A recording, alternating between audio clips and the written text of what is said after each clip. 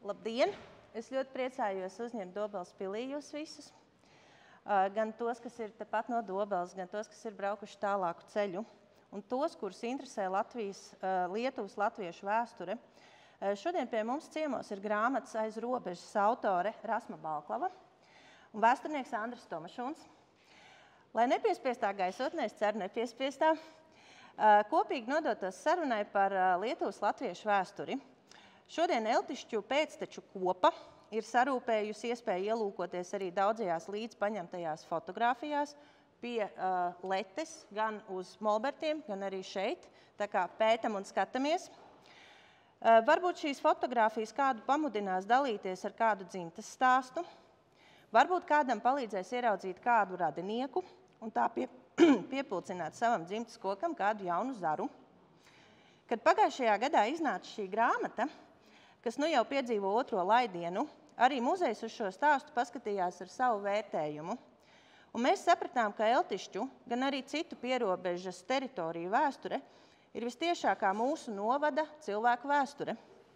Pēc Eltišķu nopostīšanas Otrajā pasaules karā daudz Eltišķu cilvēku pārnāca dzīvot uz tuvākajām teritorijām, Latvijas teritorijā.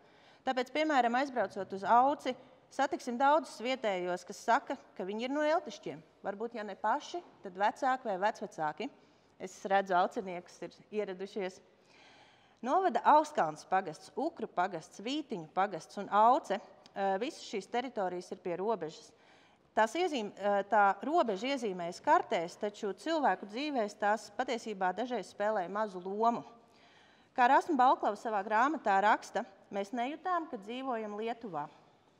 Lietuvas latvieši saglabāja savu kultūru, savu valodu, savu kopu, būdami tehniski aiz robežas. Tas, cik šī kopa ir stipra savā identitātē, redzams arī šobrīd. Nevelti tapusi grāmata, veikts nozīmīgs dzimtu izpētes darbs, bet pats galvenais, šī darbība ir pamudinājusi pētīt savas saknes arī citiem. Domājot par jaunu muzeja pastāvīgo ekspozīciju, saturu, nākotnē, mums ir skaidrs, muzejam ir skaidrs, ka vēlamies parādīt plašo iedzīvotāju spektru, kas apdzīvojas un apdzīvo novada teritoriju, dažādās robežas un notikumus, kas mūs šodien veido tādus, kādi mēs esam. Sasaist ar Leišmalīti ir viens no šiem aspektiem. Es gribētu lūgt muzeja direktoru Baibu Golubevu teikt labdienu.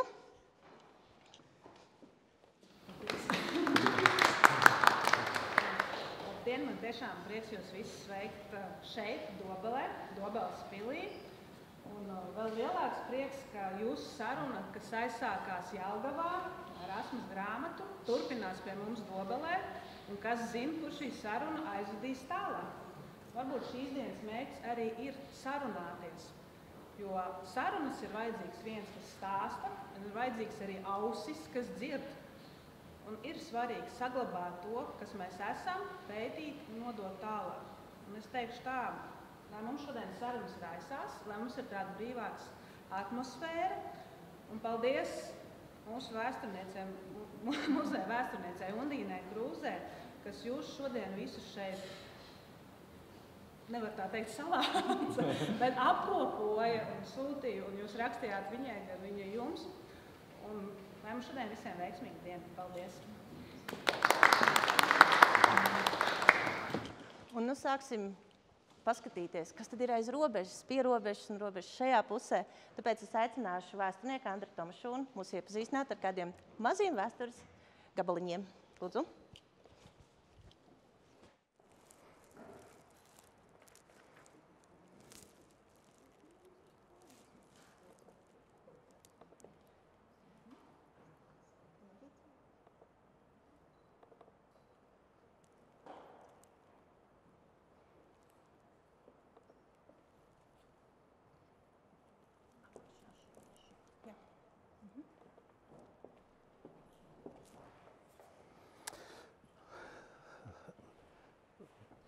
Labdien, zemgaļi, labdien, tautieši, labdien, Leišmalītes, saknes, stumbri un nākotnes cerības.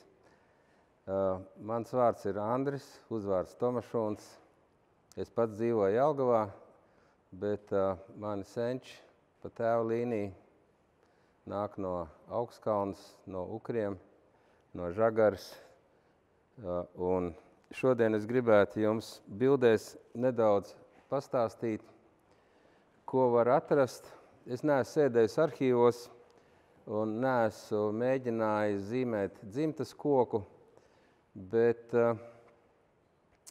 manai ģimenei ir bijis tāds liktenis kā 49. gada marts, kad mājas bija jāpamet un rezultātā paputēja visa dzimtas, kā saka, mājas krājumi. Un pirms gadiem, kad jau vecais tēvs, vecā māte un daudzi vecie dzimtas cilvēki jau bija viņā saulē, pateicoties varbūt internetam, uzdūros uz tādu iespēju, ka atsaucās caur internetu cilvēki, kas sāk stāstīt, ka viņi ir radinieki. Un tu viņiem atbildi pretī, kāda tā sakarība, kas un kas. Un tad sāk parādīties fotogrāfijas. Un pēkšņi parādās fotogrāfijas, kas stāsta par tavu dzimtas vēsturi, bet tev viņu nav. Tu neesi redzējis tādas bildes nekad.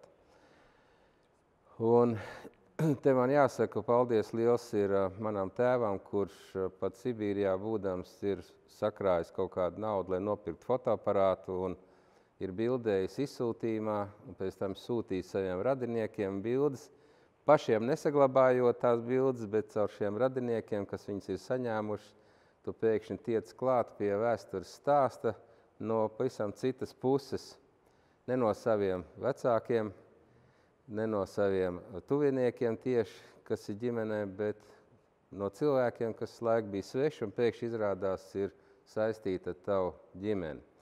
Un es šodien, gatavojoties mūsu tikšanās brīdim, mēģināju salikt būtībā divus stāstus. Viens ir par manu tēvu, viņa māti, tēvu, un otrs stāsts ir par manu krustēvu. Un tāpēc šajā stāstā parādīsies vietu vārdi, kā Ukri, Augstkalne, Žagare, Bambali, Eltišķi. Gan būs ļoti maz, jo Eltišķi kaut kā vairāk saistīti tikai ar kapsētu un baznīcu. Un tas, kas man ir sanācis, te jūs varēsiet to arī redzēt. Bet iesākumā varbūt man kā vēsturniekam jādod tāds neliels apkopojums. Kāda vēlna pēc tie latvieši tajā Lietuvā tur ir nokļuvuši. Ja? Un tas stāsts īsākais būs tāds, kad cilvēkiem jau viņa dzīvē ir svarīgs bijis vienmēr tāds jēdziens kā tēvzeme. Un vēsturiski vārdu tēvzeme saprata nevis valsti kādu vai tautas apdzīvot teritoriju, bet sava tēva zemi. Tā zeme, kas pieder tavai dzimtai, tavam tēvam. Un bieži vien tas, ka tev ir šī tēva zeme, nenozīmē, ka tu atrodies tajā valstī, kas varbūt tev liktos piederīgāk pēc kaut kādām citām sakarībām. Pēc valodas vai pēc izcelšanās vai vēl kaut kas tam līdzīgs. Un rezultātā, ja mēs skatāmies uz šī novada vēsturi, tad mums jāapskata noteikti Zemgales vēsturi, kaut gan latviešu izcelšanās Lietuvas teritorijā noteikti ir arī kuršiem un noteikti ir arī sēļiem. Bet mēs vairāk šodien parunāsim par zemgaļiem. Vēl samērā nesen mācību grāmatās rakstīja, ka 13. 14. gadsimts, kad zemgaļi pretojās krustnešiem, ka viņi ir tādi spītīgi, neatlaidīgi, un tā, ka karā vairs nevar vinnēt, tad paceļ cepurus un visi aiziet uz Lietuvu.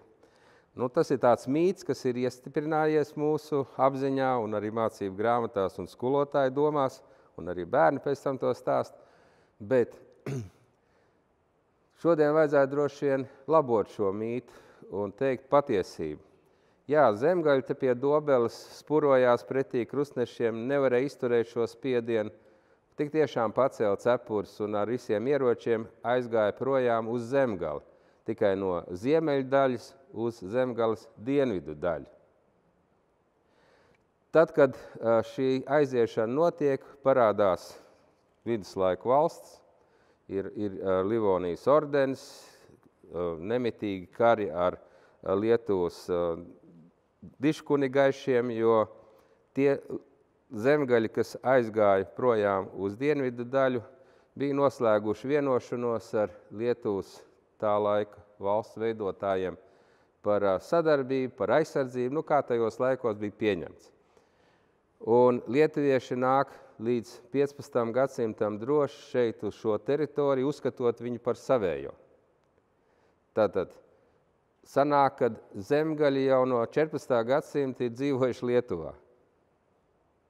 Ja tā juridiski pieiet pēc tā laika tiesību normām.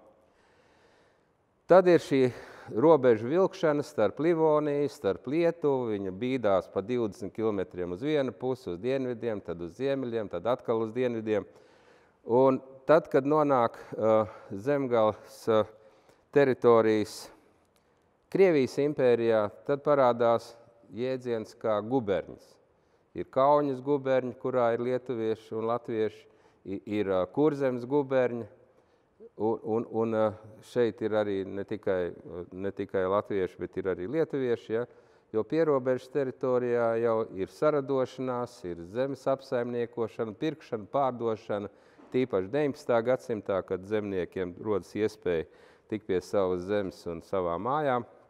Un rezultātā tā pierobeža jau veidojās no 19. gadsimta raiba nacionālajā ziņā. Tad ir Latvijas valsts un Lietuvas valsts dibināšanās pēc brīvības cīņām,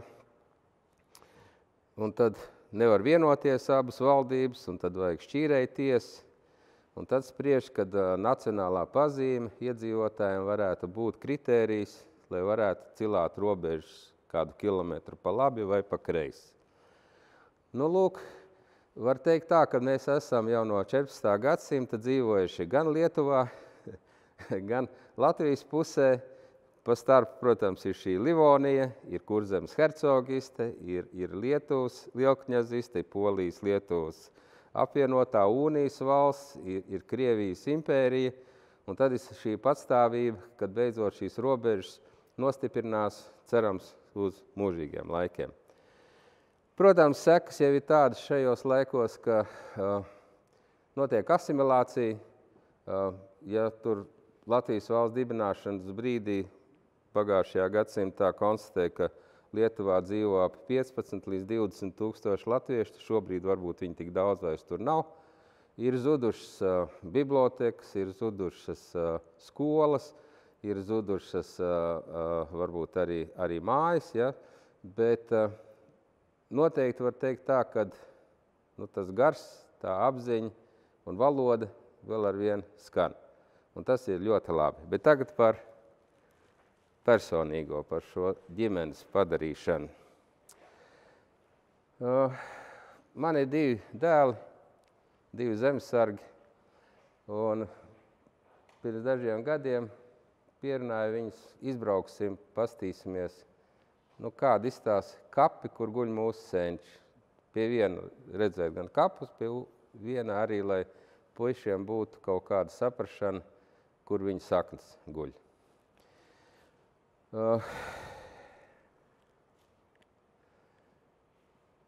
Te ir Latvijas-Lietuvas robeža Ukri. Ukru ciematiņš vai centrs ir šeit. Ukri ir veidojušies no muižas, Ukru muižas. Un tur varbūt ir kultūras nams, skola, kādreiz aptieka. 90. gados arī robežsargi dzīvoja. Veikals bija, bērndārs, kas šobrīd te vairs nav. Bet mana tēva dzimtā puse ir pie pašas robežas. Šajā vietā te ir Dabiķenes upe. Un vienmēr smaidīja, kad, ja kāds prasīja, no kurienes tu nāc, teica, manam tēvam bija personīgā robeža ar Lietuvu. Bambāla ciems atrodas šajā pusē aiz robežas. Vēl vienu punktu šeit iezīmēja tie gailīšu kapi, lūlaišu kapi, kuros ir dažs labs no radiniekiem apglabāts. Rakstītās ziņas par Ukru muižu no 1683. gada. Tā vismaz saka pētnieki, kas ir kaut ko vairāk skatījušies. Kurzemes hercogām, tur inventarizācija raksts, kā jau tajos laikos jo valdības muižas jau atdeva kādam rentē un vajadzēja rakstīt šīs inventāras. Tad, kad pastāvēt beidz Kurzemes hercogiste, Ukri kā kroņa muiža nonāk Kurzemes guberņas pārvaldē. Nu, un kas man likās interesanti, to es nezināju, atklāju tikai gatavoties šai tikšanās reizei, kad 1829. gadā jau Ukru teritorija pievienoja Kauņas guberņai. Es laik biju pārliecināts, ka viņi no paša dzimšanas jau tur ir iekšā. Tātad Ukriem ir paveicies to, ka viņi ir biežāk pārbīdīti no vienas teritorijas uz otru, nekā varbūt dažs labs cits Latvijā.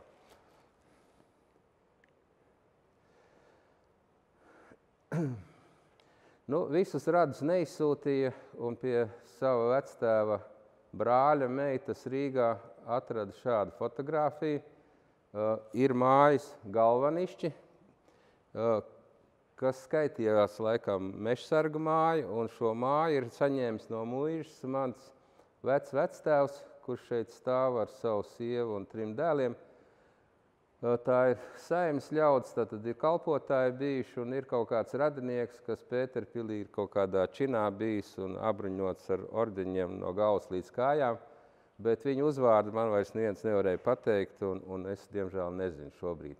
Bet māja pat pa sevi jau stāsta, ka viņai ir manteļu skurstenis, tātad tā kaut kāda 19. gadsimta pirmā puse, vidus, nu tādas ir lauku mājas, kad muižas sāk šķirties no savas zemes, un pamazām zemnieki tiek pie savējās.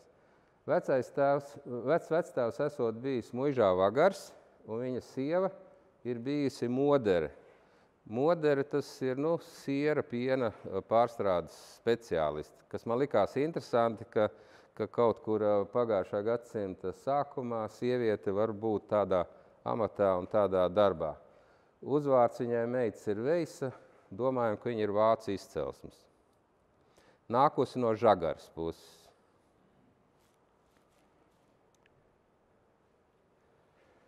Anete Lavīze Tomašūna dzimusi Veisa, apglabāta ir Lūlaišu kapos, un te ir viņas ģimene.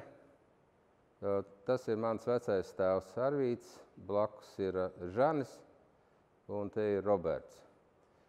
Roberta bērni dzīvo šobrīd Dobelē. Es nezinu, ir kāds te klāt vai nav, bet viņi ir dobelnieki. Žanis Tomašūns mainīja vēlāk vārdu un uzvārdu. Latvijā 30. gados bija modē tā latviskoties ļoti un kļuva par Jāni Tīrumu.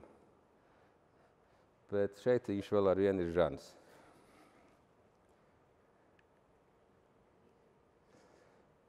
Nu, te jau tas, ko es stāstīju, ja, kas likās interesanti, kad lemj par Ukru pievienošanu Latvijai, ir 195 saimniecības šeit, no kurām 19 ir bijuši lietuviešu zemniekiem, pārējais piederējis latviešiem. Šobrīd, man liekas, Ukros ir kaut kur zem 300 iedzīvotāji. Nu, ja runā par pagastu robežām. Kaut gan Ukra laikam ir apvienota ar Bēni šobrīd.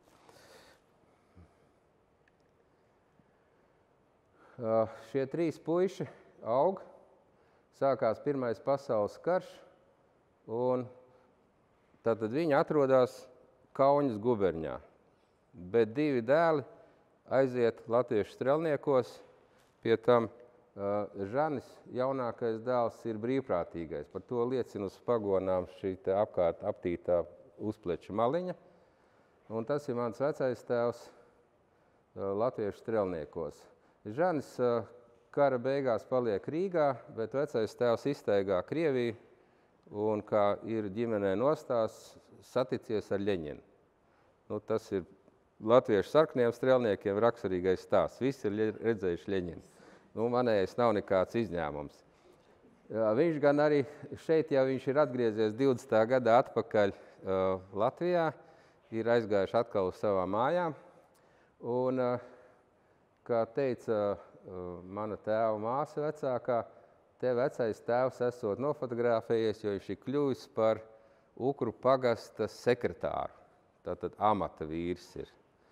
Un to, ka viņš ir bijis aktīvs ukranieks, par to liecina viņa iesauka. Viņš ir saukts par kungu. Staigājis apkārt, Mans tēvs gan vienmēr savu tēvu ir lamājis, viņš teica, viņam nebija laika zemjārti, tas bija jādara man, jo kungs staigāja apkārt, kārtoja pagasta darīšanas.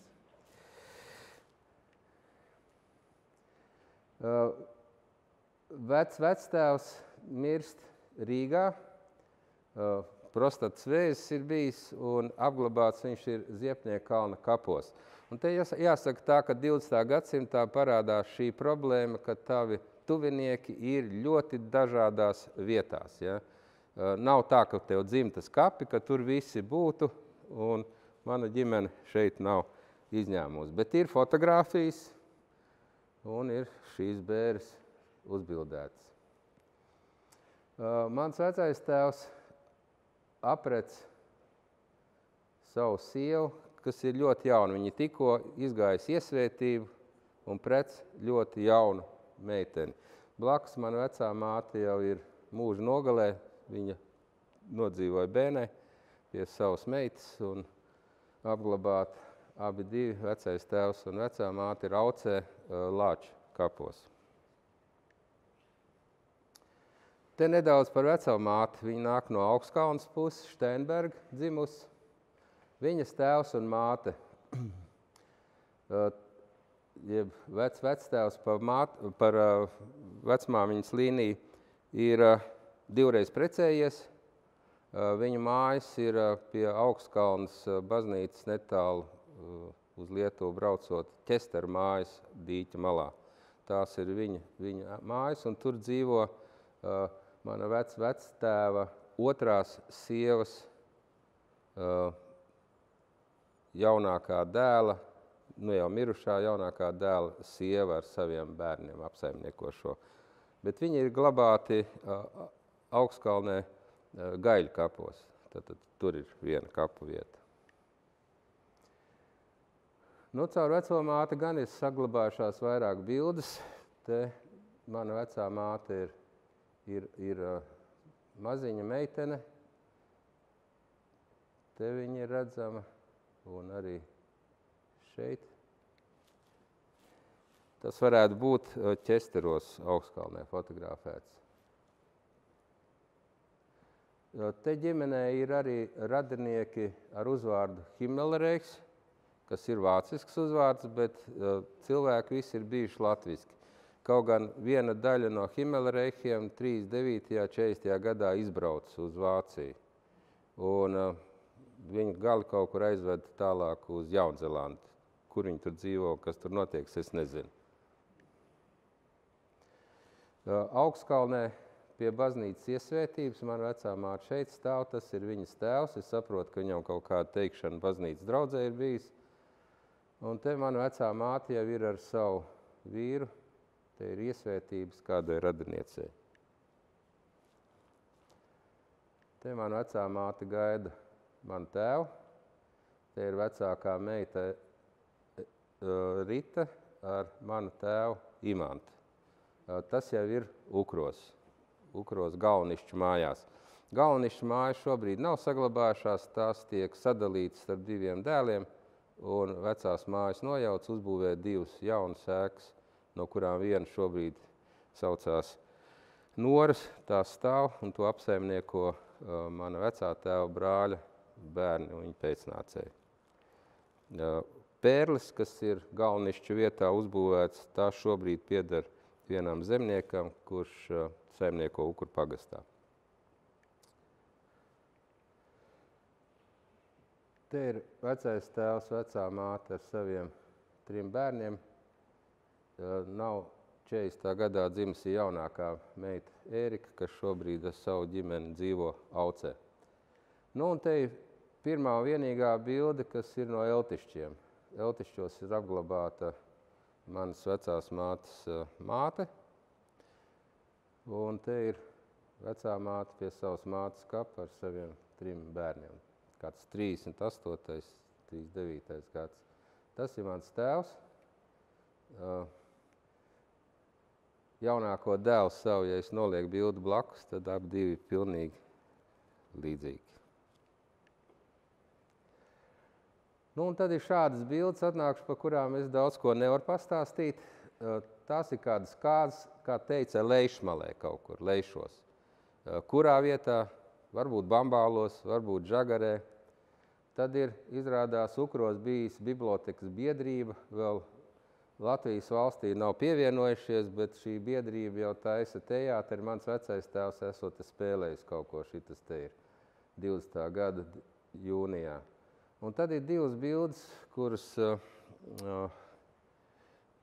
palīdzēja Vaseļauskas man noskaidrot, tās varētu būt Žagarē pie Muižas. Bet tie ir latvieši, kaut kādi Jāņi, Līgos svētki, tautiskos tērpos, notiek danči, izprieces, bet tā varētu būt Žagara.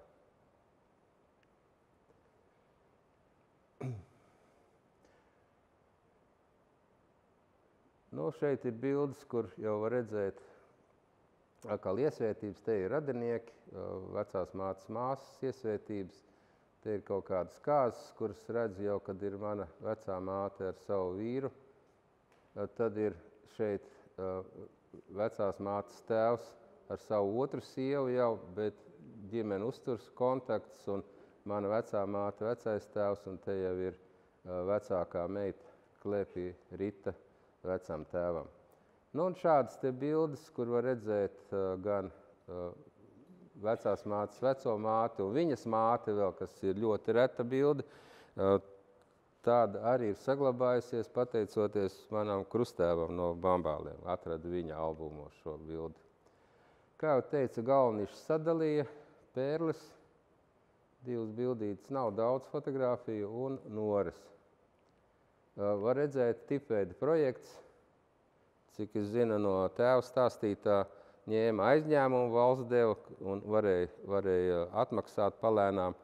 Un tā ir vienīgā reize, ka viņš teica, paldies padomi varai, jo 40. gadā, kad ienāca, latu padarīja par nevērtīgu naudu un atlikušo parādu nomaksāja 2 mēnešu laikā, jo ar rubļiem tas nekas nebija vairs. Ja? Nu, kad tev pielīdzināja rubli latam, vai ne, tad ļoti ātri nokārtoja parādu, un tad, kad pēc 90. gadiem atguva atpakaļ īpašums, tad izrādījās, ka viņš ir izpirkts un viss ir kārtībā, tas ir tavai ģimenei dzimtai piederīgs. Jau. 49. gadu jau pieminēja, krustēvs bija saglabājis, diemžēl viņš man to burtnīcu iedeva tad, kad mēs glabājām manu tēvu tajā dienā. Izrādās, mans tēvs ir izvešanas laikā rakstījis dienas grāmatu, burtnīcas skolnieku. Tā ir pirmā lapa. Te var redzēt 25. marts, tā ir piekdiena, izvešana, tāds virsraksts. Ja? Un viņš ir aprakstījis katru dienu. Tur apstājāmies, bija redzams tas, un tad vēl kādu laiku Sibīrijā viņš raksta. Un tad viņš pēkšņi vienā jaukā dienā pārstāja rakstīt latviski un tālāk raksta krieviski. Es saprotu, ir nolēmis iemācīties krievu valodu. Jo, kā viņš teica, skolā aizveda Sibīriju, viņi bija Omskas apgabalā Molotovas rajonā, kaut kādā tur kolhozā, sohozā, numur 4 vai 5. Un skolā liek rakstīt sacerējumu vai diktātu krievu valodā, viņš saka 150 kļūdas. Un pateicoties tam, viņš kļuva vēlāk par matemātiķu. Teica, matemātikā viss bija skaidrs. Tur valodai nebija nekādas nozīmes, jo cipari visiem vienādi. Tas ir kāds 52. gads, jo tēvs ir nopircis fotoaparātu. Nu, tādos apstākļos viņi tur ir dzīvojuši. Tas ir mans vecais tēvs. Kūtiņa uztaisīta no dubļiem un mēsliem kopā jaukt materiālu uz salmiem tādu. Ir lauku virtuvīte. Šī ir pēdējā māja jau no kokiem apmest. Pirmā bija tāda pati kleķa būda. Un te ir jau ģimene, vecais tēvs, vecā māte, mans tēvs, viņa jaunākā māsa un pavisam jaunā māsa Erika. Bija interesants stāsts par to, kad viens no kaimiņu mājās Norās dzīvojušiem bija dzelzceļnieks pēc kara uz dzelzceļu. Un izrādās, ka padomu laikos dzelzceļnieki varēja katru gadu atvaļinājumu laikā braukt uz jebkuru padomu savienības vietu ekskursijā pavelti. Viņam apmaksāja tas dzelzceļš. Un šis radinieks izvēlējās aizbraukt pie saviem radiem uz Omskas apgabalu. Un šo meiteni nozaga, atveda mājās. Nu, tāda varonība, es domāju, no cilvēkiem tajos laikos tas ir abrīnojami. Vecāko meitu neizvada, viņa mācījās Zaļiniekos arodskolā, tajā laikā nebija mājās vienkārši. Nu, tad, kad atgriezās no Sibīrijas ģimene, viņi mēģināja Ukros atgriezties. Tēvs tur par traktoristu melorācijā strādā, bet vienlaicīgi arī mācījās, bija iestājies Latvijas universitātē par matemātiķu viņš mācījās. Viņš pēc tam beidz arī lauksaimniecības universitāti, 2 augstskolas pabeidz. Un strādāja Latvijas lauksaimniecības universitātē par matemātikas pasniedzēju, bet te ir manas mātes un tēva kāzas, kas notikās Ukros, 57. gads. Un te es esmu nācis pasaulē, spriežot pēc tā, tas varētu būt jau 60. gada sākums kaut kur, jo es esmu dzimis decembrī, pašās beigās ziemā. Man vēl ir māsa, ģimene no Ukriem pārceļās uz Auci, jo pēc kāzām māte meklē darbu, viņa ir mediķis, bērnu ārste, un aizbrauc uz Auci. Tēvs strādā vakarskolā par pasniedzēju un vienlaicīgi mācās lauksaimniecības universitātē, kad pabeidz universitāti, kļūst par pasniedzēju Jelgavā, un mūsu ģimene no Auces pārceļās uz Jelgavu. Tas ir 1965. gads. Aucē mirst vecais tēvs, viņš apglabāts Lāču kapos, te ir Ukros pie mājas. Tur vēl viņa māsa dzīvo ar savu vīru, Magnusu, uzvārdas Brigmans. Un te es ar māsu esmu Aucē pie mājas, skolas ielā 2. Tur es sāku iet skolā un nopelnīju savu pirmo piezīmi, ko es atceros līdz šai dienai. Bez atļaujas izgāju ziemā laukā pagalmā. Šausmīgs noziegums. Nu, ar radiem ir tā, kad kāzas bērs, kādreiz bija bērnu svētki padomu laikos, tad tas ir bērnē. Ģimene, tas esmu es te. Tas ir mans tēvs, māte, mana māsa un manas māsītes un brālēni, kas arī ir sabraukuši šajā pasākumā. Un tad ir bildes, pa kurām būtu vēlams kaut ko noskaidrot. Piemēram, šī žagarē tapusī fotogrāfija, tādas atrunas no radniekiem, ka varētu būt kaimiņu mājās norās dzīvojušiem. Tad aizpuru uzvārds bija, ka tie ir aizpuru senči no žagaras, tādā uzvārdā. Varbūt, ka kādam tas kaut ko izsaka, tad varam pie šīs tēmas atgriezties. Nu, un tad par krusttēvu ieminējos, viņš, diemžēl, arī pagājušo gadu aizgāja viņā saulē, bet viņš bija saviem bērniem sagatavojis tādu stāstu par savu ģimeni, un es no viņa esmu dabūjis arī bildes. Tas ir bambāli. Bambāli šobrīd dabā īsti vairs nav, bet kartē, kā jūs redzējat, ir iezīmēti, un tur dzīvo latvieši, ļoti tuvu mūsu mājām. Tēvs izvēlējās tur dzīvojušo Laimoni kā krusttēvu man. Diemžēl mēs kā krusttēvs ar krusttēvu maz satikāmies tikai tad, kad tēvs nomira, tāpēc tam pēkšņi tā kaut kā aizgāja parāva vaļā mums to visu. Un ar viņu es dabūju vairāk parunāties nekā ar savu tēvu par vēsturi. Bet viņa māte, tēvs, te ir tāds interesants dokuments, viņiem dzimtā saglabājies, tā ir Pirmā pasaules kara vācu izsniegtā pase. Skaidri gaiši rakstīts, ka Lietuvas daļa tā ir. Te ir viņa krusttēva māte. Te ir mājas pagalms. Arī var redzēt šo te pašu mājas celšanas stilu ar šļaupanajiem galiem. Tas ir 19. gadsimta vidus. Faktiski var skaitīt, es viņus vismaz tā sauc par vecsaimniecībām. Tās ir tās pirmās zemnieku saimniecības, kas izpērkās vai iegūst neatkarību no muižas, un tad šīs mājas viņiem ir diezgan līdzīgas ar manteļskursteni, ar šļaupaniem māju galiem, un tad vēlākos laikos parādās jau citas arhitektūras formas. Te ir mana krusttēva tēvs un māte kāzās, tie ir viņa vecāki. Te mana krusttēva tēvs jaunībā ir.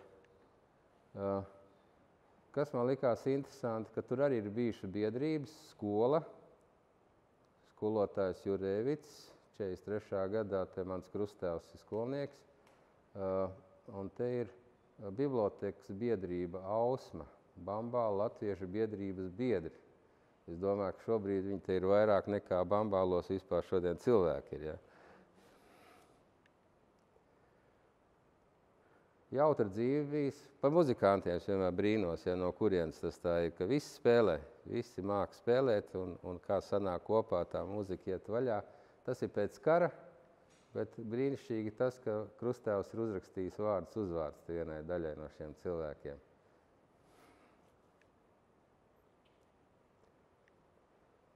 Iesvētības krusttēvam 50. gadā. Nezinu, kur.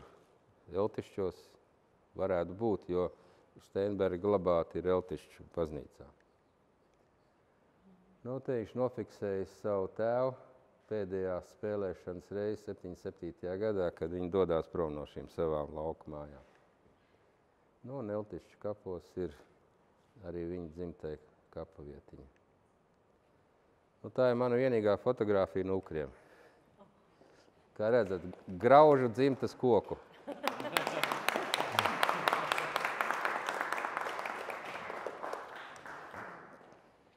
Ja jautājumi, vai kas pēc tam parunāsimies, ja? Jā, mums būs brīvs mikrofons noteikti. Uzliksim apakaļ.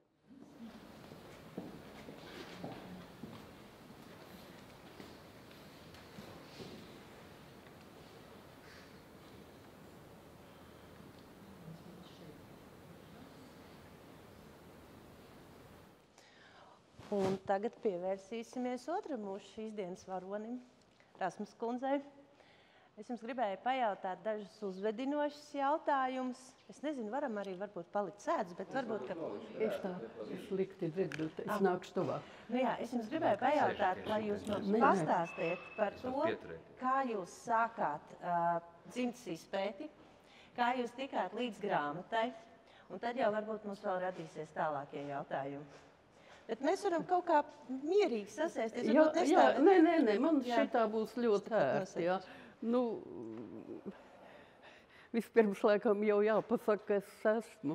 Mani sauc Rasma Balklava, esmu dzimusi Eltišķos, tad man sauca Rasma Krūmiņa. Pareizāk sakot, Anna Rasma Krūmiņa.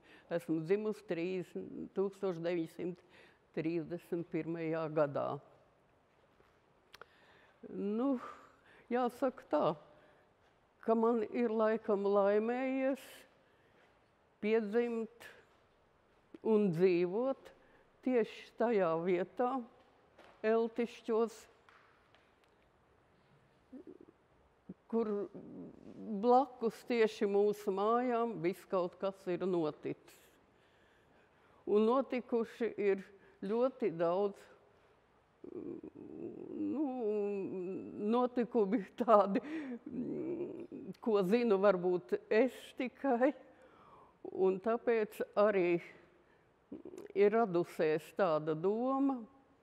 Lēnām sāku tos tad jau, kad man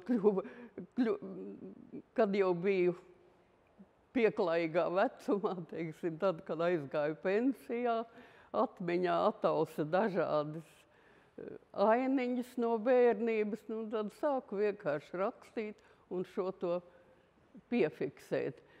Kas attiecas uz pirmiem tieši radurrakstiem, tad patiesībā es pirmos radurakstus kā tādus arī taisīju. Sāku taisīt tā, bet tie nebija manas dzimtas, bet vīra raduraksti man ir pirmie. Tas ir laiks, kad nebija vēl praktiski datoru, nebija vēl mobilo telefonu. Vienīgais sazināšanās līdzeklis bija patiesībā, ja ārpus, es dzīvoju jau tad sen Rīgā, tad bija faktiski vai jāraksta vēstuli, ja kādam radiniekam gribēja kaut ko pajautāt. Es strādāju tālsakaru centrā, un toreiz atceros, bija tāda bieza telefona grāmata, kur bija visa Latvija iekšā. Nu, protams, man bija zināmas priekšrocības strādājot. Man par tālsarunām es varēju tā kā dienas sarunas nokārtot, un es varēju daudz vienkārši apzvanīt. Un to es arī, teikšu, arī darīju. Ja? Bet pati datu noformēšana, nu, teikšu tā, bija...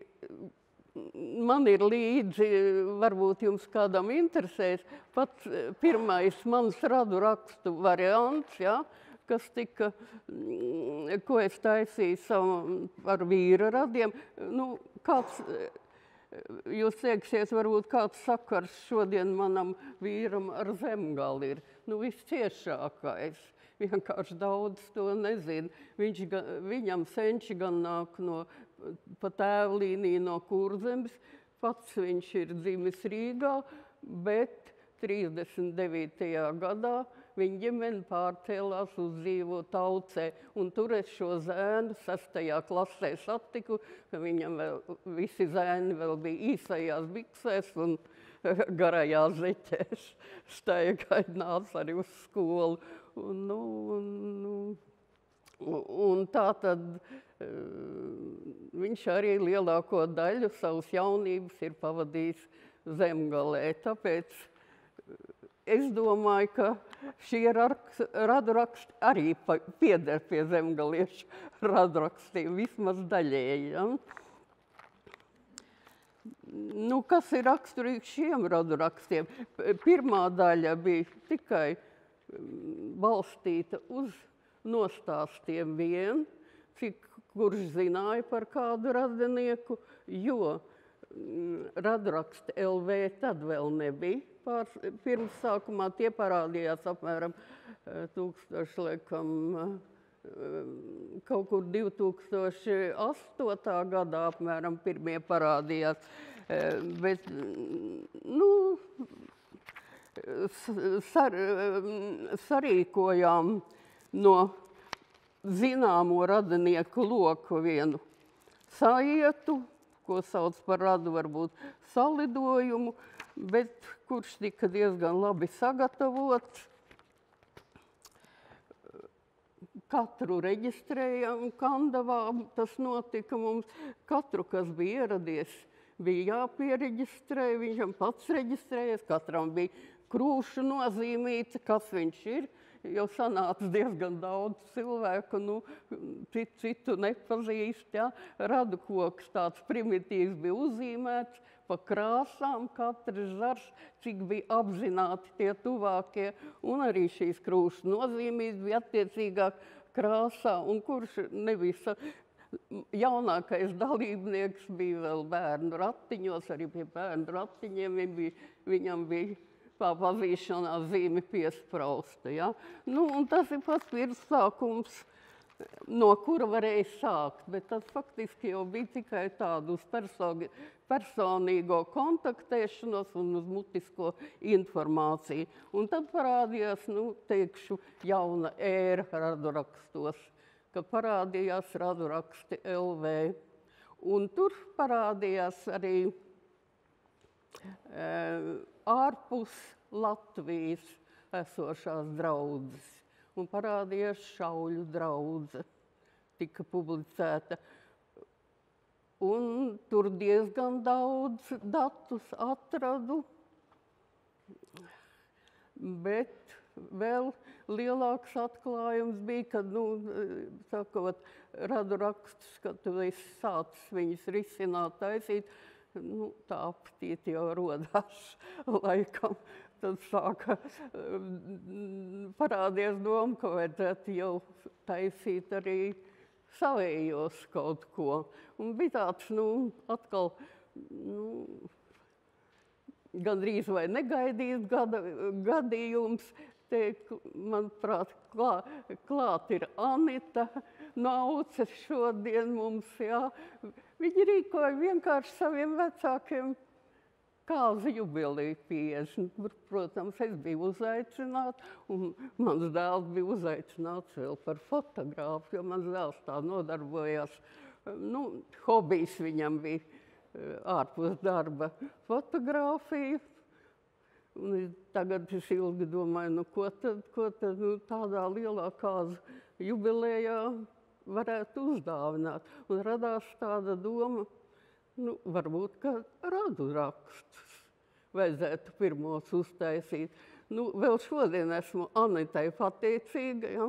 Jo viņa man ļoti to atbalstīja un galvenais savāca no visiem savējiem, ko viņi zināja un pazina, un man jau gatavs rezultāts sūtīja. Man tikai bija jāliek kopā. Un tā faktiski tas bija sākums tam, ka tapa manas mātes radu raksti. Jo ar Anitas vecākiem mums arī tāda interesanta radniecība. Mums tēvi, Anitas mamma, manai mammai ir māsica. Pa tēvu līniju, gan pa mātes līniju. Bet Anitas tēvs ir pa mātes līniju. Nu, Anitas tēvs ir manai mammai brālēns. Ja? Dubultā radniecība mums tāda ir. Nu, bet šie radu raksti jau bija vieglāk uztaisami, jo bija jau tie radu raksti LV, ko varēja atrast. Un tad atklājās vēl viena lieta. Eltišķos izrādās draudzē.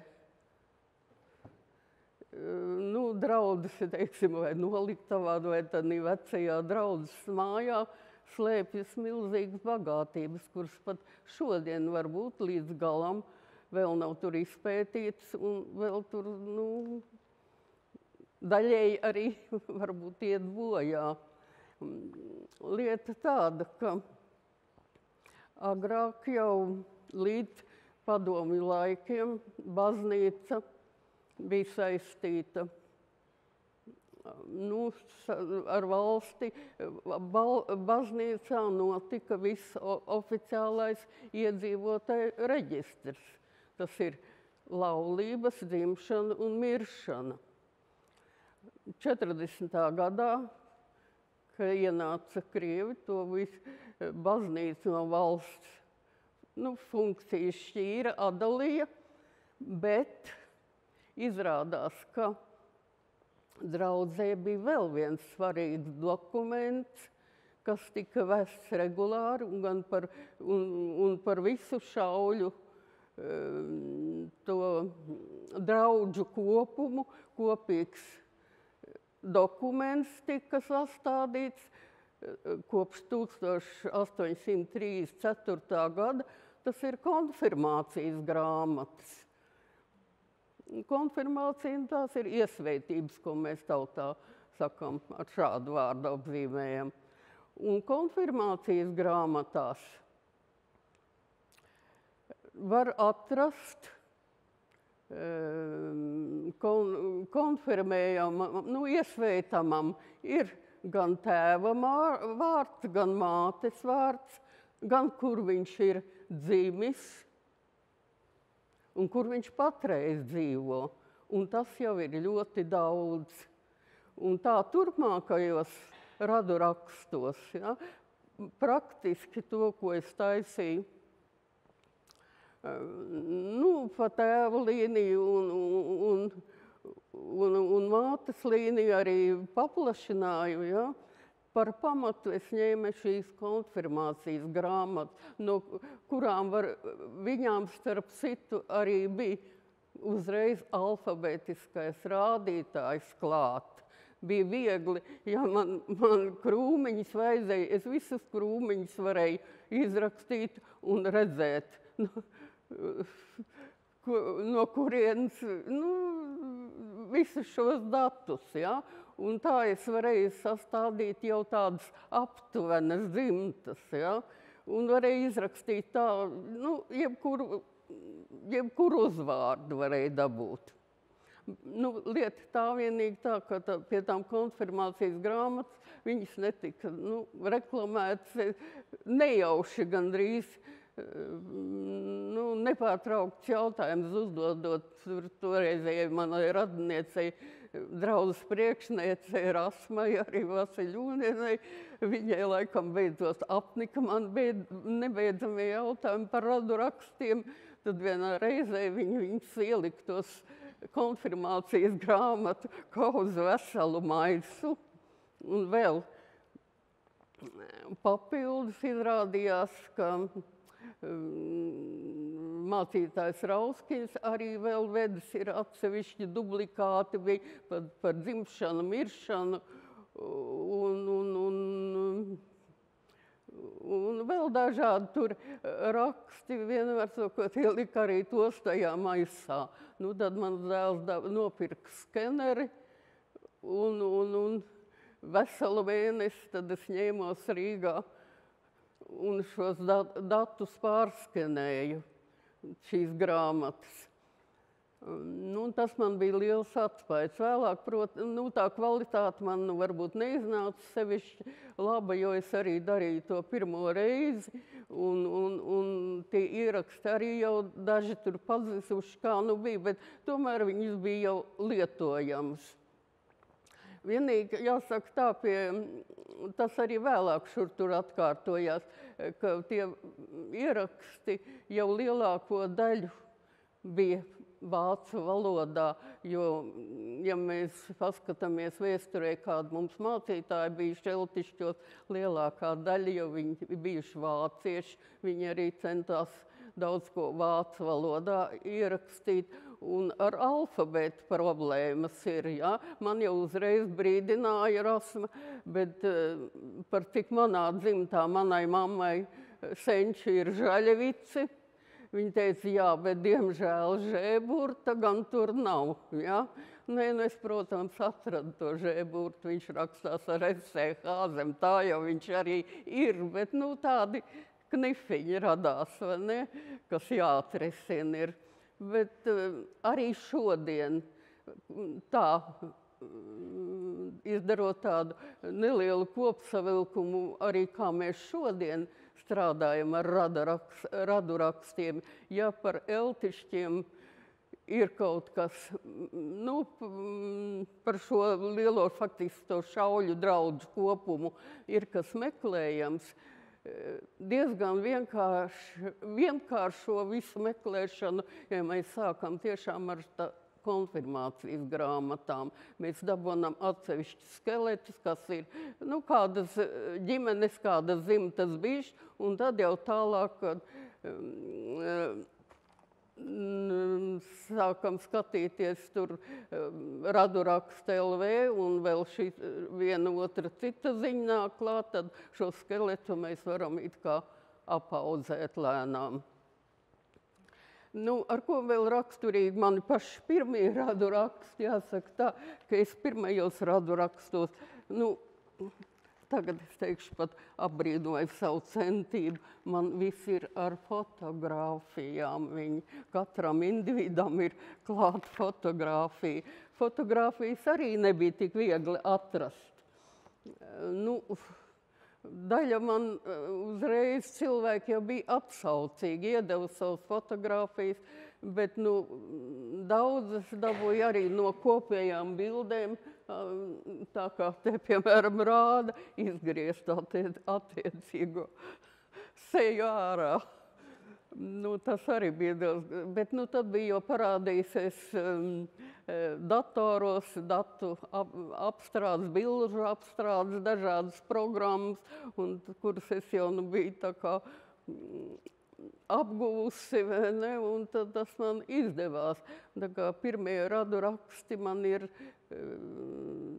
faktiski arī krūmiņiem man uztaisīti ir, un vēl vienam otram esmu tur izlīdzējis ar foto.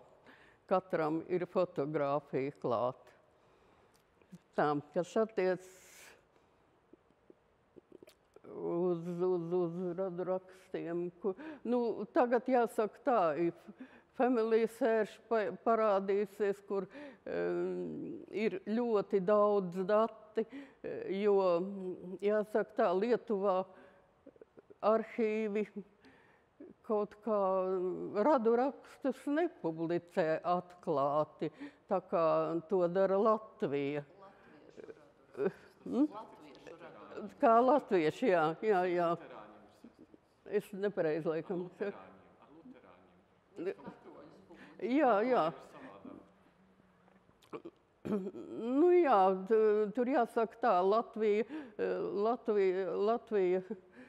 vienādi publicē, Lietuva atkal kaut ko citu publicē, un tur tās nianses ir tomēr, lēnām jāapgūst laikam. Un, ja skatāmies vēl vecākus laikus mazliet, tad arī luterāņu draudze laikam ir veidojusies tā kā vēlāk, un tagad pat jau pēdējā laikā atradām pirmie mūsu ieraksti par mūsu radiem atrodam tieši katoļu draudzēs. Gan, laikam, kādā itāļu valodā liekas, jā? Jeb latīņu valodā. Jūs man lūdzu palabojiet. Bet materiāla tagad ir ļoti, ļoti daudz. Un jāsaka tā, ka vienam to grūti cilvēkam ir aptvert. Tagad ir par laimi gadījušies jau eltišķu draudzi, kas apkopo.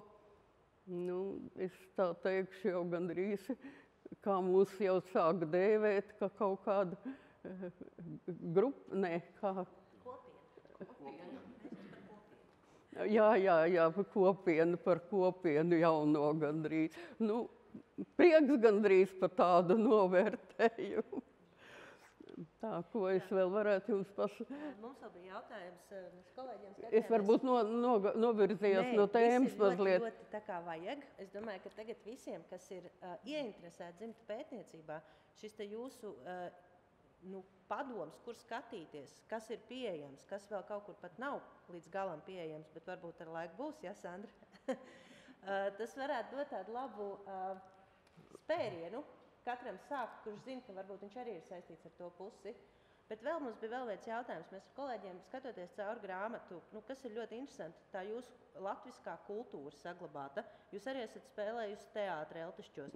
Pastāstiet nedaudz par to, kā jums notika šī te kultūras saglabāšana, esot aiz robežas. Mēs jau katru reizi kaut ko atrodam tagad joprojām, jā? Kas ir bijis, kā ir bijis. Jāizdara arī vairāk tad secinājumi. Jāsaka tā, ka lielākā daļa, kamēr bija vācu mācītāji, latviskā kultūra viņus sevišķi nav interesējusi. Ja? Pat arī, teiksim, vēl pēdējais pirms Rauskina Kupers, kas strādā, esot mēģinājis pat dievkalpojums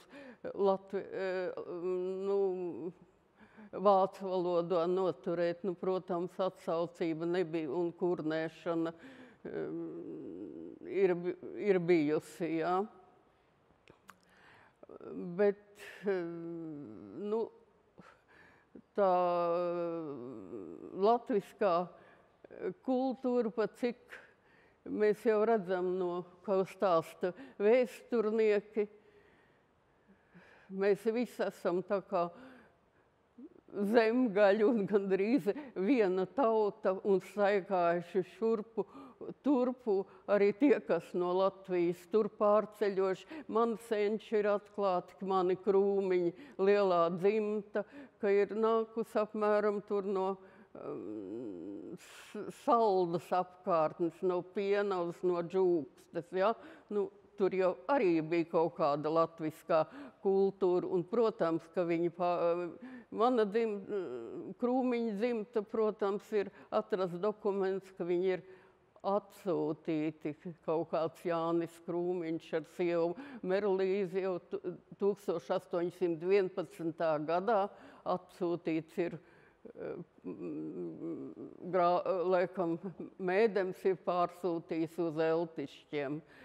Protams, ka viņi nāca daļēji, ja viņi nāca no tās teritorijas, kaut ko viņi neša no savas kultūras līdz.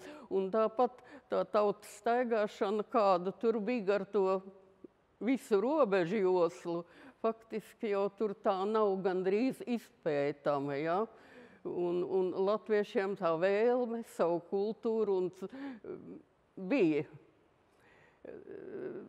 saglabāt un turpināt. Liels pagrieziena punkts, jāsaka, ir tad, kad ieradās mācītājs Rauškiņš. Tā draudze pēdējā laikā Šauļu bija kļuvusi ar tām palīgu draudzēm tik liela, ka praktiski viņi nevarēja apkalpot, teiksim, mācītājs Kupers. Viņš bija vienlaicīgi arī Šauļos Vācu ģimnazijas direktors. Tā kā viņa rūpes tur bija varbūt arī daļēji vairāk, un viņam tas te neinteresē.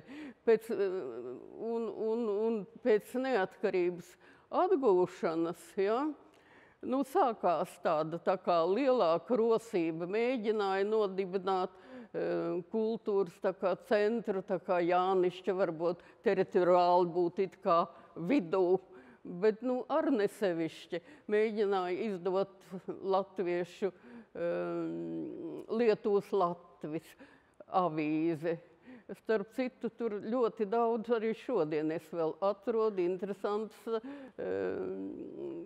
interesantas lietas, ko var palasīt par tiem laikiem un tieši par tiem arī kultūras un skolu pirmsākumiem. Tur ļoti labi ir pateikts par latviešu skolām, kas notika. Pieņemts, teiksim, valstī Lietuvā likums, nu, viņš neatiecās vienādi gan uz lietuviešu skolām, gan uz latviešu skolām. Piemēram, ja mazāk par 20 bērniem ir, nu, tad skola it kā neatļauj pastāvēt. Mums šī problēma, man liekas, mums aktuāli ir šodien tieši tepat arī ir, jā. Bet izrādās tā, ka šo likumu attiecināja tikai uz latviešu skolām lietuvieši. Tā kā no lietuviešiem nu, tāda sevišķi pretīm nākšana nebija. Un ja bija mazāk lietuviešiem pa 10 bērnu, viņi tomēr to skolu varēja uzturēt un turpināt. Bet ja latviešiem notika, tad nē. Konkrēti piemēri es atradu tur, kur man vecvecāki dzīvojuši par Gružu draudu, ka tur tieši ar to draudu skolu tas pats bija. Nu, nesanāca rudenī tie 20 skolnieki, tie 20 skolnieki 2 gadus pēc kārtas, nu, tad skolu it kā jālikvidē ir. Nu, kas par iemeslu? Dažreiz bija tāpēc, ka toreiz jau nebija tādu lielu pilsētu kā tagad Rīga. Visi, nu, cik procentu Latvijas iedzīvotāji dzīvo Rīgā un lielās pilsētās. Toreiz pilsētas nebija lielas, lielākā daļa jau dzīvoja laukos, bija laucenieki. Un lauceniekos bērniem jau no mazotnes bija pienākumi laukos. Jāgana zosis, jāgana cūkas vai jāgana lielopi un vai citi sīkie lauku darbi. Tad, kad beidzās lauku darbi, tad tikai varēja bērnu sūtīt uz skolu, citādi vecāki jau. Tas bija darba spēks arī. Bērni toties arī zināja visu, ko tagad bērni nezinu, varbūt kā bērniņš dzimst, kā teliņš dzimst un vēl kaut ko tam līdzīgi gudras grāmatas un spriežam un strīdamies, vai to var bērnam rādīt tādā vecumā, vai to nevar bērnam rādīt. Bet, bērni to visu paši apguva dzīvē naturāli, dabā. Viņi to redzēja un neviens to neslēpa. Arī mani es atceros, mamma man jau bija tur kādi 6 gadi. Tad, kad iededz lukturi un kūtī tumši, teica, iesim tur tai gotiņai nāks piedzims teliņš, paskatīsimies, kā tas ir. Jā. Tas bija tā ļoti vienkārši pasniegts, un bērni to visu saprata, par ko šodien varbūt mēs tur nezinām, kā viņus mācīt un kā viņiem to izstāstīt. Ja? Tas pa skolām. Tā kā, cik es atceros, tad, kad es gāju skolā, tad arī mācību laiks arī sākās. Mums nebija no 1. septembra, bet bija piemērots, tad, kad beidzas lauku darbi. Man liekas, bija ar 1. oktobri. Ja? Pirmā skola man bija turpat vietējā skola, tad viņa bija vēl 4-gadīga. Turpat ciemā mācīja, 1. klasēs mācīja tikai latviešu valodā. 4.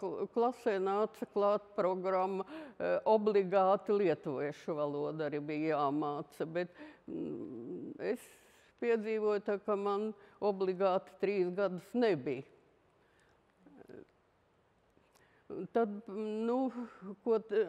es jau mazliet atkal novirzījos no tēmas, laikam, ja, pa kulturāliem pasākumiem man jārunā bija, ja.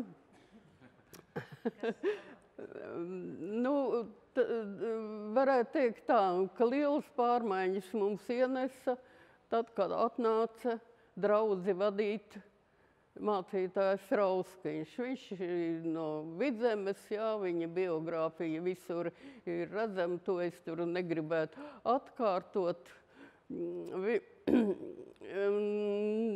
Arī bildēs jūs redzēsiet, te daudzās, ka Rauskiņš ir visās skolas bildēs, gandrīz visur viņš ir, viņš visur piedalījās, un viss tika organizēta, visa kulturālā dzīve kopīgi, kaut kā ar baznīcu. Organizējās tāpat Lietuvā biedrības. Tas nebija tā kā tagad, vai ne? Kā partijas cīnās viena pret otru. Kultūras biedrības, teiksim, bija izglītības, kā viņi sauc, izglītības, tur bibliotekas biedrība. Mans tēvs vadīja Lietuvas latviešu pretalkoholu biedrību. Biedrības strādāja lielā saskaņā, vienu otru papildinot, nevis vienu pret otru cīnoties, ja? Un saskaņoti vēl ar draudzi, ar draudzes padomi un parasti arī biedrību visas sapulces, visi sarīkojumi bija saplānoti tā, ka pirms tam bija dievkalpojums, ja? Kurš jau pulcēja daudz cilvēku, ja? Tad ne visi, bet lielākā daļa organizēt devās uz izpriecu vietu. Kādas tad mums tās galvenās izprieces, ko es no bērnības atceros, bija, ja? Pirmkārt, visi mīlēt spēlēt teātri, ja? Patika tas teātris un tik tiešām tika nodibināti. Nezinu, kuri tie cilvēki bija, kas tur nodibināja toreiz galvenokārt ar Jelgavas Alunāna teātris, vismaz uz Eltišķiem. Vasarā izbrauca režisori, kas nodzīvoja savus atvaļinājumus, tā kā, piemēram, Mārtiņš Vērtiņš, seniors, jā, visu vasaru nodzīvoja. uzveda pat tādu izrādi, kā skroderdienas filmašos pilnu brīvdabā. Kāpēc es to visu tik labi zinu? Tas notika manām mājām, biedrības laukums bija tieši blakus. Pat žoga nebija starpā.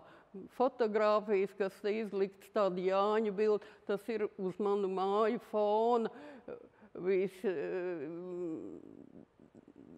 Un ja bija slikts laiks, tad paredzēts bija, ka mūsu lielajā labības šķūnī notiks tā izrāde. Notika mazāks, galvenokārt Rudolf Blaumans tur bija iemīļots, tad vēl no Saldanās pudeles bija, un Trīnes grēkus šķūnī mūsēja uzveda. Nu, tāpēc es vienkārši, man tā ir laimējies, ka es esmu tam visam liecinieks. Es varbūt toreiz daudz ko nesapratu, bet daudz ko dzirdēju, redzēju, un tagad, ka kāds kaut ko man pajautā vai tur tā, tad vienkārši tā nāk tas viss atmiņā, un tagad es to atceros jau, kāpēc tas tā ir bijis varbūt, un mazliet, kāds saka, citā kontekstā to visu, ja. Lielākais notikums, protams, to jau es arī varētu pieminēt, ka man tiešām automātiski turpat, cik Mārtiņš Verdiņš tur mūsu mājās bieži uzkavējies, kur tad Tonijai vēlies kaut kādu citu aktresi meklēt, tad man jau, protams, paņēma tur, man jau tur, es domāju, šo izrādi jau visi zina, man liekas, ka tur man 3 reizes tikai ir jāsaka, cits jau man nekas tur nav jādara. Bet, tomēr es esmu iegājuši, šai vēsturē, es tur bildēt pašā centrā sēžu tiešām esmu spēlējis to teātri, ja. Lielākais notikums, protams, laikam bija Dziesmu svētkiem gatavojāmies 40. gadā. Bija paredzēts, jau bija sarunāts, un jau notika mēģinājumi un tērpus šovadien koristiem.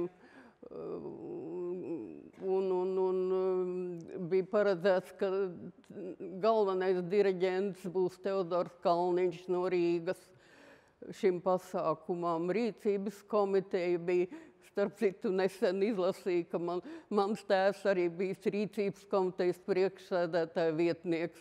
Es jau to redzēju, ka tur tiešām, ja jūs tagad tā bildes pārskatīsiet, man tēva tur var ļoti bieži iziet. Gan skolas bildēs, viņš tur sēž blakus kā skolu komitejā, ja, un gan kā, laikam, nezinu, kas tur, viņš vēl ir bijis revizijas komisijā, gan baznīcā un tā. Dziesmu svētki, kā zināms, tika gatavoti laikam bija 5 kori paredzēts, kad dziedās, 2 no tiem eltišķi kori bija. Ko? Jā, Lietuvas, es runāju par, varbūt, par Lietuvu. 5, laikam, kori, Lietuvas latviešu kori, visi no Lietuvas, protams, Bet, to jau tagad, tas bija paredzēts tieši Jāņos, laikam 23. Es precīzi neatceros, kurā datumā, to jau mēs visi zinām, kas notika, un šie dziesmu svētki tomēr nenotika.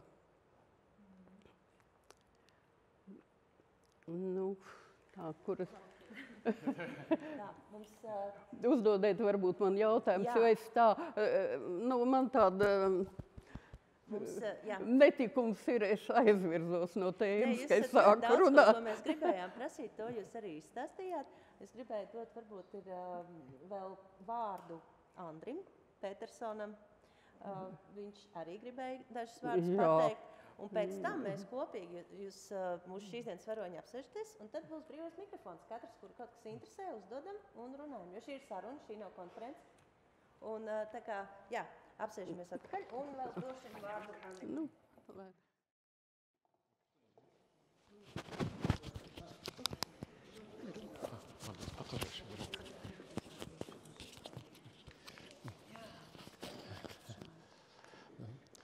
Es esmu Andris Petersons.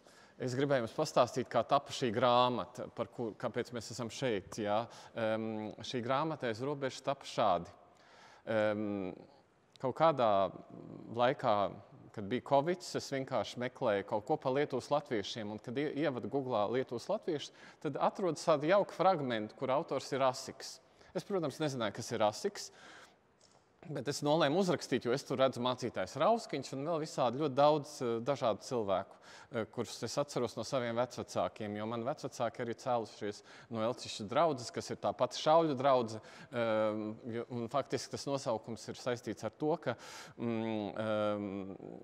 tā ir tīri ģeogrāfiski šauļu draudze, bet tā kā mācītāji mūži atrodas blakus Eltišķiem, Eltišķos notiek visvairāk dievkalpojumi, viņi pārsvarā notiek latviski, līdz ar to tāpēc visu laiku mēs jaucam Eltišķu šauļu draudzi, faktiski vairāk Eltišķu draudze.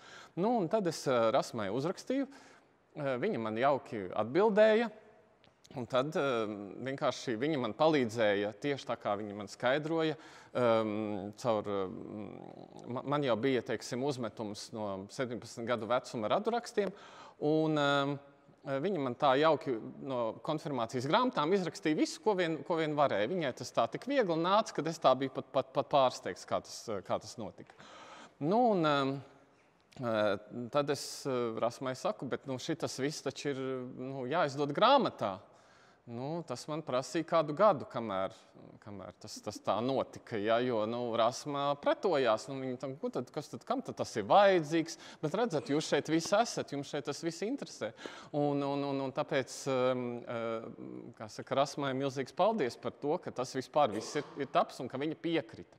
Bet ir vēl, kā saka, pāris cilvēki, kuriem ir jāsaka paldies. Un tā ir Anda, Rasmas meita, jo viņa ir tā, kas strādāja pie fotogrāfiem, lai tās fotogrāfijas būtu saredzamas, skaidras, jo viņa ir ļoti kautrīgs cilvēks, tāpēc jūs nekautrēties, jo viņa tagad no Rasmas pārņem visus iespējamos radurakstus. Viņa taisa radurakstus ne tikai par Rasmas dzimtu, bet tad viņa Rauskiņa radurakstus uztaisa, tad viņa tur Žvingevica, mūsu novadnieka radurakstus taisa. Ja? Tā kā Anda pārzina šīs lietas tikpat labi kā Rasma. Un ir vēl viens cilvēks, kas ir ļoti svarīgs, tā ir Sandra Blūmane, kuras skenēšanas spējas ir tādas, ka viņa ir iesaskenējusi visas šīs bildes. Ja? Viņa sēž pie kases pārdot grāmatas, viņa noorganizē galdu. Ja? Tā kā bez Sandras te nekas nenotikt, un tāpēc paldies arī Sandrai. Un tad es gribu pievērsties Tomašona kungam, un paldies par jūsu ļoti interesanto prezentāciju. Kāpēc? Tāpēc, ka es savos senčos rokoties, un noteikti, ka jūsu senčus var atrakt daudz tālāk, jo tagad tas viss ir pieejams. Man ir ļoti interesanti klausīties par ukriem, jo manas vecmāmiņas vecvecmāmiņas, tad 7. pakāpē brālis, vienā brīdī bija ukru muižas rentnieks. Tā kā iespējams, ka mūsu senčiem ir kaut kāda saikne, ka varbūt, ka jūsu sencis Vagars ir strādājis pie manas senča muižas rentnieka. Un es domāju, ka katram no mums ir šādi stāsti, un es aicinu jūs visus dalīties ar tiem. Un pirms tam gribēju pastāstīt divas lietas. Viena no tām ir, kas notika šorīt. Šorīt es pieturā, lai brauktu satikt, kā saka, Andu, kur tālāk man ir kopā ar Rasmu laimīgi atvedījis uz Dobeli, kurā es esmu otro reizi mūžā. Ja? Es dzīvoju Rīgā Bērķos un satieku savu bijušā saimnieka vedeklu, kurai, kā saka, bijušai saimniecei 90 gadi, viņa ir no Bauskas puses, un es viņai dzimšanas dienā uz 90 gadiem uzdāvināju Rasmas grāmatu. Viņa man uzreiz saka, zini, tā grāmata, viņa saka, tagad iet no rokas rokā. Visi lasam. Tagad mans vīrs ar savu dēlu, visi 3 paudzēs sēž, ik pa brīdim viņi tur rokās pa internetu, family search, raduraks un tā tālāk. Brīnišķīgs ievads šai dienai, kā saka, kā katrs no mums meklē savus senčus kā iedvesmai. Un runājot par to, kāpēc ir šī vēlme izzināt. Ja? Mums ir svarīga mūsu izcelsme. Mums ir svarīgi zināt, ka mums ir kaut kas no mūsu zemgaļiem, ja? no tās spīts, kāpēc mēs nepadodamies, ja? Un kāpēc mēs labāk aizējam, nekā kļūstam vergi savā zemē. Un tas ir tas, kāpēc, ko mēs visi gribam saprast, to mūsu kopību, ja, kas mums ir svarīgi, tā mūsu izcelsme, kas mēs esam. Ja, jo katrā dzimtā cilvēki atkārtojās, to jo dziļāk meklē, tu atrodi tos senčus, ar kuriem tev ir kaut kas konkrēts bijis saistīts, kāpēc tu esi tāds, kāds tu esi. Ja, jo tu vairāk zini, teiksim, paudzes uz priekšu, jo tu atklāji, Kāpēc tu esi tāds, kāpēc tu esi tieši tāds un ne savādāks, un cik interesants ir šīs sakritības, un tu atrodi šos tuvos pieturas punktus, un tu zini, kas tu esi, un tas ir tas, kas mums palīdz katram sevi izprast, ka mēs esam latvieši, mēs esam zemgaļi. Paldies! Un tagad ir mirklis, kad es gribētu aicināt, varbūt ir kādi jautājumi, varbūt kāds īpaši interesants stāsts, ar ko kāds klātsošais gribētu dalīties. Uzdod jautājumus mūsu šīsdienas varoņiem.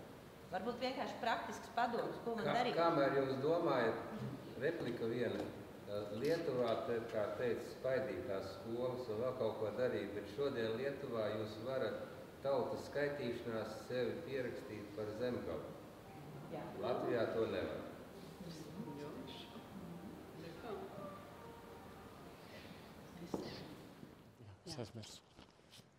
Kamēr jūs domājat jautājumus, lai jums rosinātu šos jautājumus, es nedaudz pāris bildes parādīšu un pateikšu, kādā sakarā es esmu šajā. Es to saucu par mafiju, itālis tā ģimene, ja, eltišķa mafija, ja, kādā veidā es esmu iepeldējis šajā kompānijā.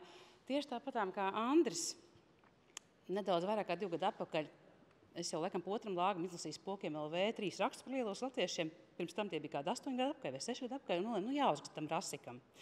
Un 30. decembris vai 31. tagad negribu samalot, uzrakstu. Nākamajā rītā man zvana, es tāda rasma, man ir 91 gads to brīdi, laikam jau bija, ne, 90, ja. Tā un šitā, un esmu tā, kas tos spokos rakstus rakstījusi, un tālāk tas ir vienkārši, kaut kāds, es nezinu, seriāls, ne seriāls, un kaut kāds mega tempā, visa informācija, kā nāca, kā radās, kā plauka, kā radās sadarbība ar rasmu. Tieši tāpat kā Andri viņam momentā no konfirmācijas ierakstiem man interesējušos uzvārdus uzraka, jāsaka tā, un noziņoja. Tad es iepazinos ar to kompāniju, ar, nezinu, kopīgo vēlību, tika pieslēgta kopējam Zoomam, es iepazinos pārējos kopienā, ja. Un jā, pieslēdzos arī pie radu rakstu no Rauskiņu mājas bildēšanas, jo tā sakarta, kad tēta brālēns, pirmās pakāpes brālēns vēl ar vientru patām netālu dzīvo un piedalās Eltišķu draudzē, kā reizi arī valdē iekšā, padomē Eltišķu baznīca šo brīdi. Brauc uz turieni, meklējām bildes un divi vēl komentāri, kā tas viss notiekās. Kāpēc saku, ka laidiet kosmosā šīs te domas, sāciet kaut ko darīt.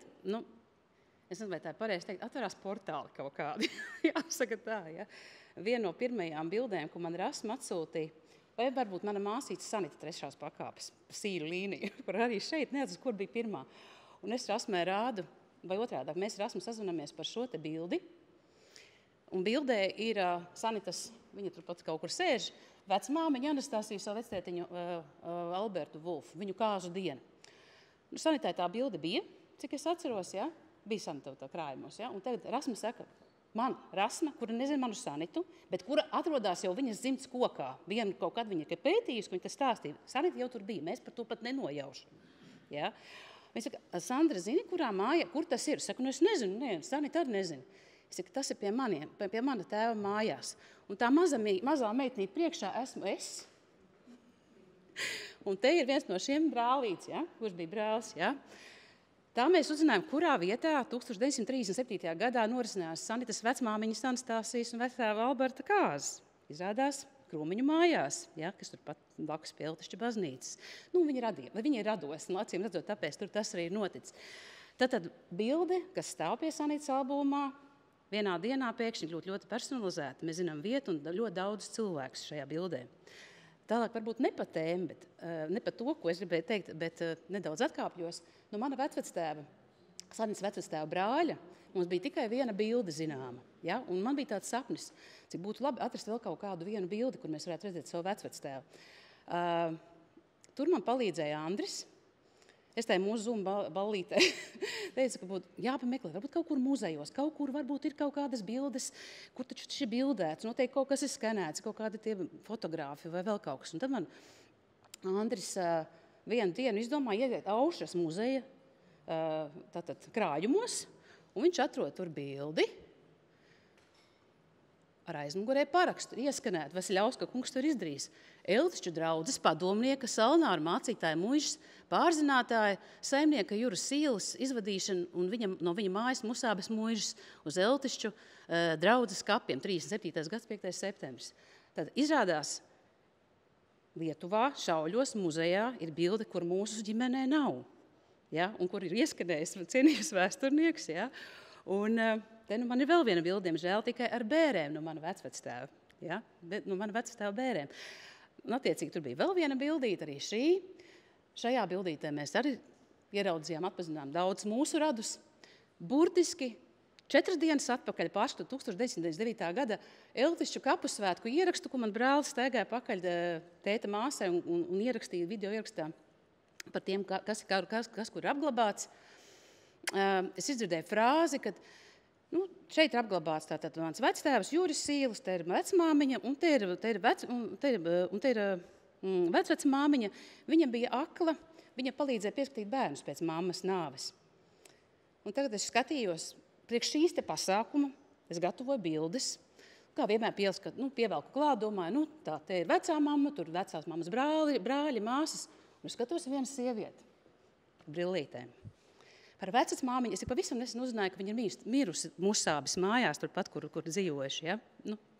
Mani vecvecāki. Es pilnīgi nevienā bildē vairs neesmu redzējis cilvēku ar aklu cilvēku brillītēm.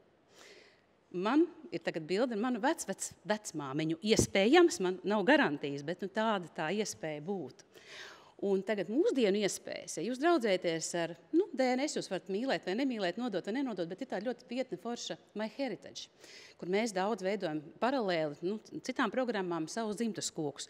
Un viņam ir ārkārtīgi forša bilžu atpazīšanas funkcija, ko es minēju pirmīt, kad man bija tā doma, ka es nezināju, vai pasaulē eksistē vēl kaut kāda bilde manu vecvectēva Juris Sīli. Jā, bēris ir, bet, diemžēl, viņa seju nevar redzēt, man neko tas nedod. Un pavisam nesen MyHeritage atsūta tādu ziņu, ka viņam ir jauna tāda seju atpazīšanas funkcija. Viņi man tagad piedāvā manu Juris Sīli no tās vienas bildes, kur viņš ļoti labi redzams kopā ar saviem 5 bērniem pēc sieviņas nāves. Un viņš saka, ka viņam liekas, ka šis cilvēks ir Juris Sīles. Un tagad pieliekot to bildi, cik tur kaut kādi gadi, no 20, šitas 37. gads, un tā bija kaut kādu 8 gadus vecāka bilde. Es skatos, jā. Bet tā, ka mēs skatījāmies šo bildi pirmo reizi, es tik dažus atpazīstu no savējiem, bet es nezināju, ka tas mans vectēvs. Ja? Tātad draudzējamies, tīklojam, viens otram palīdzam, draudzējamies ar tehnoloģijām, jo atklājums ir uz katra soļa. Es visiem novēlu to brīnumu, jo tas ierauj.